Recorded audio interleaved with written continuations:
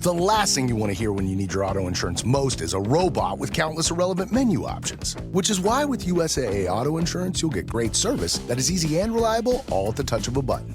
Get a quote today. Restrictions apply. USAA. I think you're on mute. Workday starting to sound the same? I think you're on mute. Find something that sounds better for your career on LinkedIn.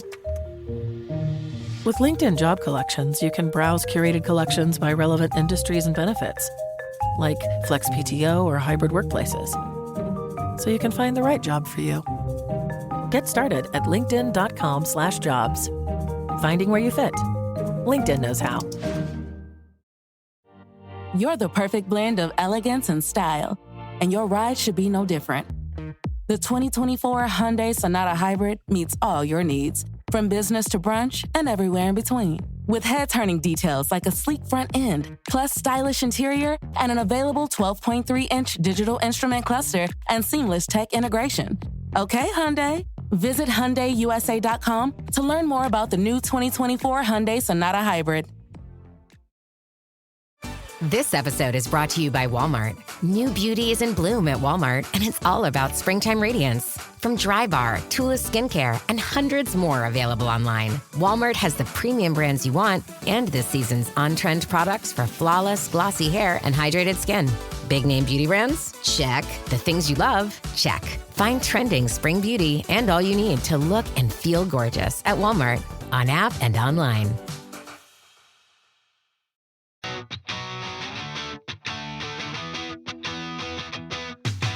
Welcome back to Rams Up, your favorite LA Rams podcast.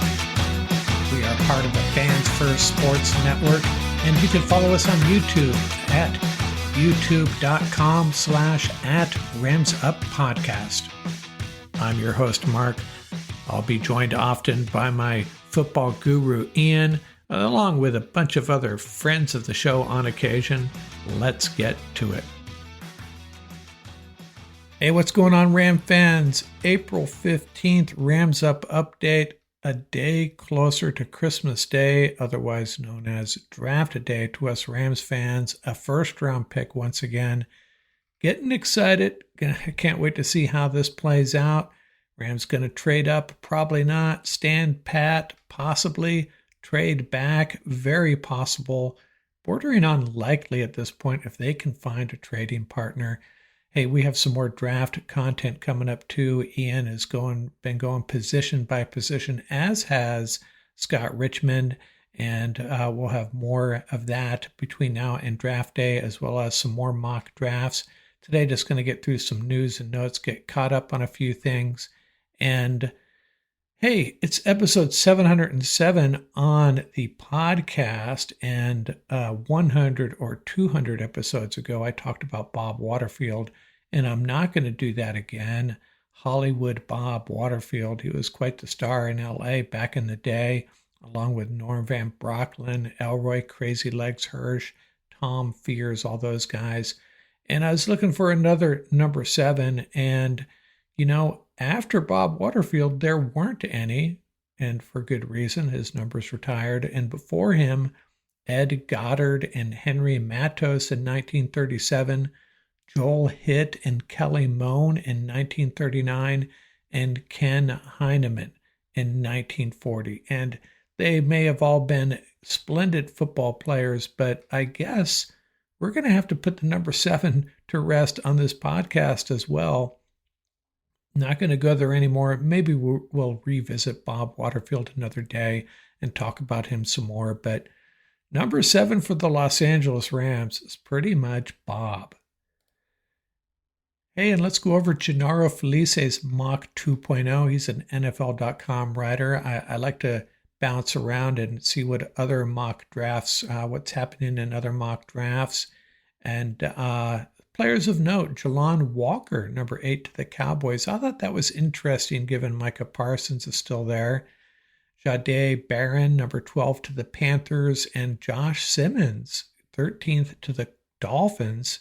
He might be the best offensive tackle in this group. Colston Loveland, 14 to the Colts. And Will Johnson, 15th to the Falcons. Matthew Golden, 16 to the Cardinals. We'd be going up against him and Marvin Harrison twice a year. And Malachi Starks, number 17th overall to the Bengals. And, I wasn't a big fan of going safety for our Rams, but Scott Richmond might have talked me into it. Malachi Starks is more than just a safety, I think, but I'm still leaning offense for our Rams. Tyler Warren, 19th to the Chargers. So he went after Loveland, and Tet McMillan, T-Mac we're going to call him, went 20th to the Broncos. That was after a trade. And Trey Amos, a very popular pick for the Rams lately, 23 to the Packers. And he had the Rams trading back with the Lions and taking linebacker Jihad Campbell. And he would really elevate this defense. I'm just not convinced that that's going to happen, and that the Rams are going to go defense at all in the first round. And I could be wrong, of course, but I just don't think McVay is going to pass on some of these great running backs, tight ends, wide receivers in this draft, and either possibly even a couple of tackles. And I wanted to say something about Colston Loveland and Jahdae Barron. They were called out. I forget where I saw this, and I apologize. I like to call out where I read this stuff. Two players that might be a little bit disappointing. And the reason they called out Barron is maybe not the greatest tackler. He has short arms, and that's going to limit his ability. And they also said that some of his takeaways, his interceptions, were kind of gimmies. And Loveland, the knock on him, minor knock really, major knock, I guess it depends on how you feel about yards after catch, but said he's not really great at breaking tackles. And they even dinged Will Johnson. Two cornerbacks in this first round, likely, Barron and Johnson, and dinged Johnson for his long speed. So just calling out some concerns, and you have to wonder how happy some teams that love these guys might be to see that type of information coming out. But take it for what it's worth. Some concerns coming out about three players. Hey, they're still all going in the first round. They're all still going to be very good players. Just calling out some minor concerns about these premier players. And I wanted to share a roundup of all the mocks. I bounced around all over the place. And the thing that stood out is not a lot of consistency, not a consensus on what the Rams might do in this draft. And there was one player that was called out more than any other and caught me by surprise because I didn't even think he was a first rounder. But Maxwell Hairston, the cornerback, I saw twice to the Rams. Jackson Dart, Jihad Campbell, and Omarion Hampton, all one apiece, as well as Benjamin Morrison, Barron, the guy we just talked about, and Josh Simmons, the tackle. Wide receiver Matt Golden. I keep on saying Matt. It's got to be Matthew, right? I know that's what Matthew Stafford would prefer. Matthew Golden and James Pierce, the edge rusher, once to the Rams. He's the edge rusher out of Tennessee. I included that on the slide here if you're watching on the video because he's a guy we haven't talked about. Trey Harris, the wide receiver out of Ole Miss. Shamar Stewart, the edge rusher. And Luther Burden, a guy that, going back and forth on him, I had kind of started to discount him. Then I loved him, and then I saw some concerns about him. And then after Ian went over the wide receivers last night, I was like, you know what? I'm back in the I like Luther Burden camp. And Trey Amos went twice to the Rams in various drafts. And the guy that led the pack, Carson Schlesinger, 3 times mocked to the Rams. And, I went through those so fast. It might have been a trade back there or two because I've seen him as a second rounder, and he's a very good player, one of the best inside linebackers in coming out of college football in this draft. Let's talk a little bit about him because we have not talked about linebackers as a group at all, and maybe we need to do that. Linebacker out of UCLA, out of Moore Park, California, by the way, 6'2", 242, and what I don't get is Lance calls him a little undersized, and I don't see that.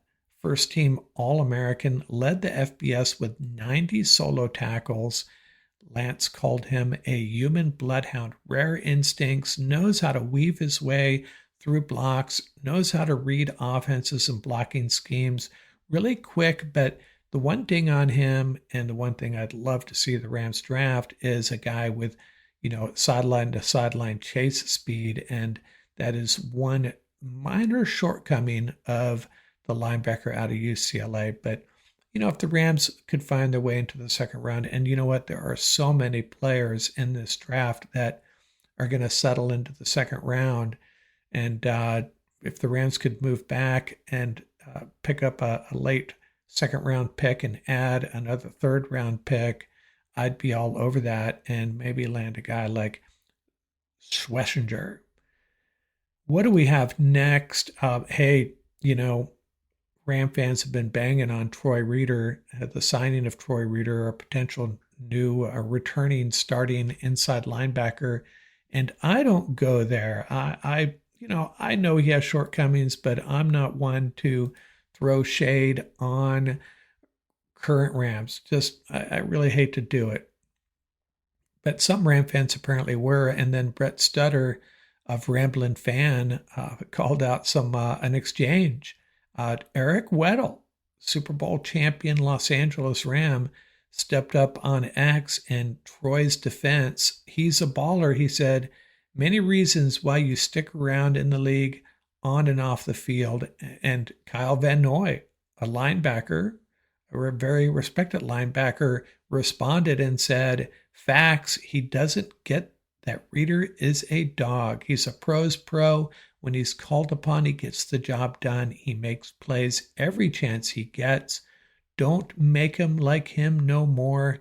Delaware elites. So now I don't know what to make of that. It's nice to see players sticking up for each other, but it can be kind of hurtful, right? To see a player getting banged on social media.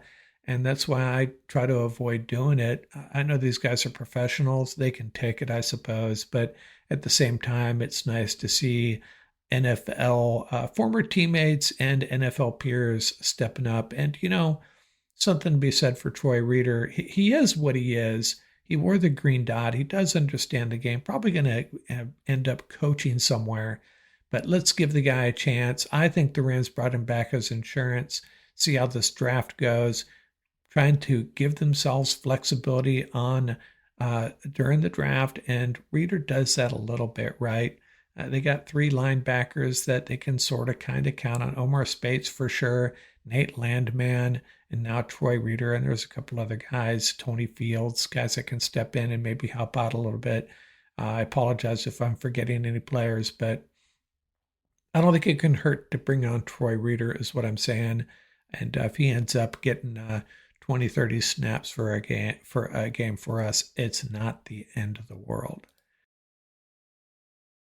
That's your money saying it's time for a McDonald's run. Because with new McValue at McDonald's, you get more than you expect. Like buy a 6-piece McNuggets and add a McChicken for just $1. Your money says let's go. Get more than you expect with new McValue. Prices and participation may vary. Valid for item of equal or lesser value. Look around. You can find cars like these on AutoTrader. Like that car riding your tail. Or if you're tailgating right now, all those cars doubling as kitchens and living rooms are on AutoTrader too. Are you working out and listening to this ad at the same time? Well, multitasking pro, cars like the ones in the gym parking lot are for sale on AutoTrader. New cars, used cars, electric cars, maybe even flying cars. Okay, no flying cars, but as soon as they get invented, they'll be on AutoTrader. Just you wait. AutoTrader. So good, so good, so good. New markdowns up to 70% off are at Nordstrom Rack stores now. Fresh kicks, spring tops, new dresses. There's always a score. I mean, the denim section is unreal. Why do I rack? All the dresses. I always find something amazing. Head to your Nordstrom Rack store to find can't-miss deals on all the spring things. Great brands, great prices. That's why you rack. Is Jalen coming back? I don't know if this is going to happen. I'm not sure how I feel about it. I know he played pretty well last year. His play has not dropped off that much. He wasn't a Pro Bowler like previous years, but I saw some stats where he was the 12th ranked cornerback in the league. He's 30 years old now. And, he may have been seeding that thought. I don't know if you caught this when Davante Adams signed with the Rams. He gave him a shout out. You're going to love that team. You're going to love that city. And then he also, gave a shout out to Raheem Morris, best coaching hire last year when they brought him on. So it's kind of the opposite of burning bridges, I guess. He didn't burn them when he left, and he's rebuilding it for a potential return to the Falcons or Rams. I don't know how I feel about it. The money would be a big part of it. And is he that outside boundary number one CB we've been looking for? Maybe put him in at the star. Amanda Quentin Lake and Jalen McCullough have played very well as part of that defensive backfield. Cameron Curl and Cam Kinchins and two or three decent cornerbacks. You throw Jalen into the mix. It's an improvement. It's going to elevate this group, but there's going to be some sorting out to do. I guess as fans, we shouldn't worry about that. Let the defensive staff figure it out. But Jalen back to the Rams, that would be something else. Make a Super Bowl run with our Rams, Jalen. Come on back to your second or third home, whatever it is. Yeah, I went through a little exercise here. It occurred to me that the one advantage the Rams seem to have over the rest of the NFC West is at the skill positions. And I put together a little scoreboard here, and I ranked the 4 quarterbacks in the league, in the division, the 8 running backs, 2 a team, 12 wide receivers, 3 a team, and 4 tight ends, 1 for each team. And this is cross-country scoring, so you want to come out with the lowest score. And, so for example, Stafford, I rated him as the best quarterback. That's 1 point for you. This is not necessarily a scientific approach, but just for fun, let's walk through this. Now, who is the second best quarterback in the division? Most will say Brock Purdy, so I went ahead and gave him that.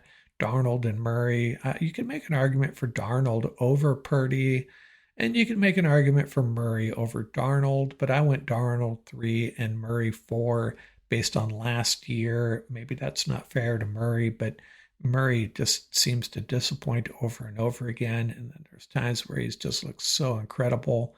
But that's how I ranked them. Stafford 1, Purdy 2, Darnold 3, and Murray 4.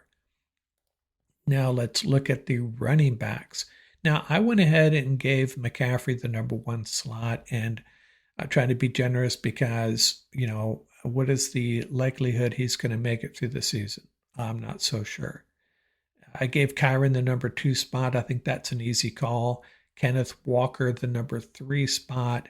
James Conner number 4. So there's the 4 top running backs for each team. And then in the second group, Zach Charbonnet, I gave him the number 5 spot. I think that's fair. Isaac Guerendo, slightly ahead of Blake Corum. If you look at the stats, that's fair. Guerendo, I think he has about twice as many yards as Corum. That's not a knock on Corum. He just needs more opportunities. And then Trey Benson, number 8, and he's been somewhat disappointing. There's probably another running back that on another team that deserves to be ahead of him, but I'm keeping it 2 per team. So right now, Rams are probably leading the pack. I'll count the points up at the end here. Remember, low score wins. And then we have the wide receivers. I gave Puka the number 1 spot, JSN number 2. Now, Devontae Adams and Brandon Ayuk coming back from an injury. Devontae getting up there in years. But I gave Devontae the 3 spot, Ayuk the 4 spot. Now, Marvin Harrison, a lot of people would be surprised I have him at the 5 spot. But you know what? He was disappointing based on where he was drafted, but he still had a decent year. Was it 800 and something yards? I have it here somewhere. 8 TDs. So, we saw him against the Rams. He's got a lot of potential, and he's probably going to improve. So I had him as my number 5 guy. Cooper Kupp, number 6, just ahead of Jawan Jennings at 7. And then the last 5 guys, kind of throw them in a hat and pick the names out. But I had, after Zay Jones at 8, Tutu Atwell 9, Michael Wilson 10, Ricky Pearsall 11. I have a feeling he's going to be climbing these rankings, and Valdez Scantling, the Cardinals' number 3 receiver, at 12. Now, got to remember, this is a really strong wide receiver class in this year's draft and running back class. So if any of these teams snag one of the top-notch, highly rated wide receivers, could tilt these scores a little bit. Let's go to tight ends. And, I had Trey McBride as my number 1 tight end. I know he had trouble getting into the end zone. We saw that. Man, he finally did against the Rams, and he almost got a second one. That ball hit him in the head. Not his fault. Hit him in the helmet. And Ahkello Witherspoon comes up with the interception. Well, what a great game that was. But I had him ahead of George Kittle. I think McBride's on the upside, Kittle's on the downside of their careers.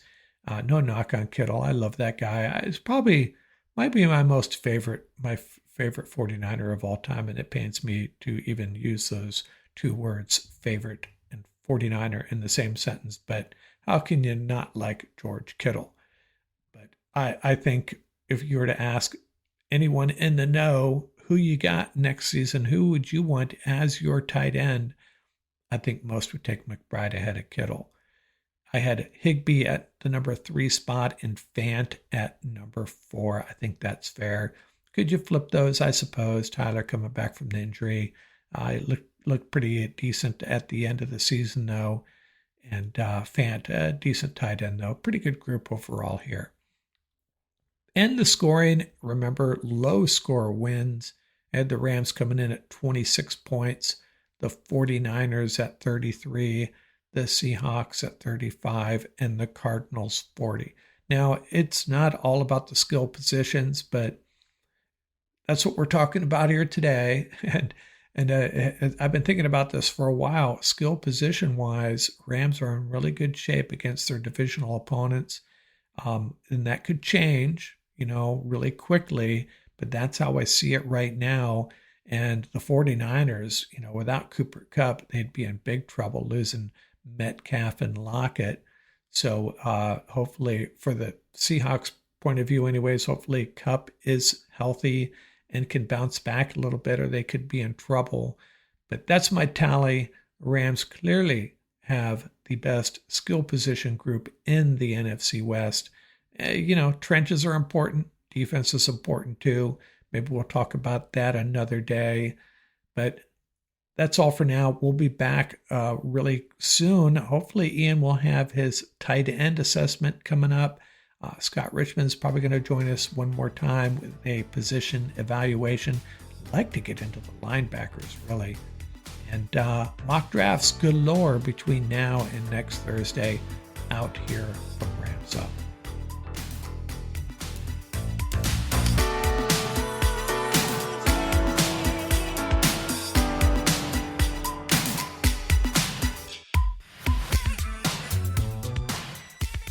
That's going to do it for this episode.